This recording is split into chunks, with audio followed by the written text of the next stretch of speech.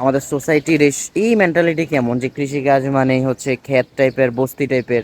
ইউরোপের দিকে তাকান, ওইখানে দেখবেন হাজব্যান্ড ওয়াইফ বা 4-5 জন মানুষ ভাই একর একর জমি চাষাবাদ করতেছে, সব প্রযুক্তির মাধ্যমে।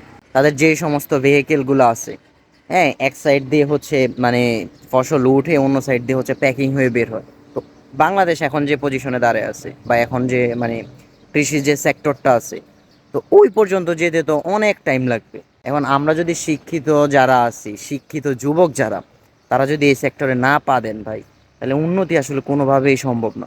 আমাদের দেশে যেসব প্যারেন্টসগুলো আছে, তারা সকালবেলা হচ্ছে, ধরেন যারা ওয়াইফ আছে, তারা হচ্ছে সকালবেলা উঠে রান্নাবান্না করবে, ছেলেদেরকে স্কুলে পাঠাবে, এই, হ্যাঁ, আর শুয়ে শুয়ে ফোন টিপবে, এ করবে সেই করবে।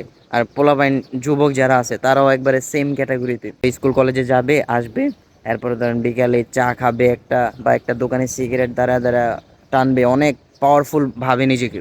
কলেজ থেকে বের হইছে, পোলাপাইন 4-5 জন 10 জন মিলে এই একটা চা নিছে, একটা সিগারেট, এবার ধরেন টানতাছে উমাদুমা, হ্যাঁ, মানে টানার ভাবভঙ্গি অন্যরকম, যে সে কোন ক্যাডার জানে। আমাদের দেশের পোলাপাইন হচ্ছে এমন, মানে এত অপদার্থ এরা, সে আপনি যদি উন্নত কান্ট্রিগুলোতে দেখেন, আমার আপনার বয়সী ছেলে মেয়েরা কৃষি প্রযুক্তিতে কত আগে আছে।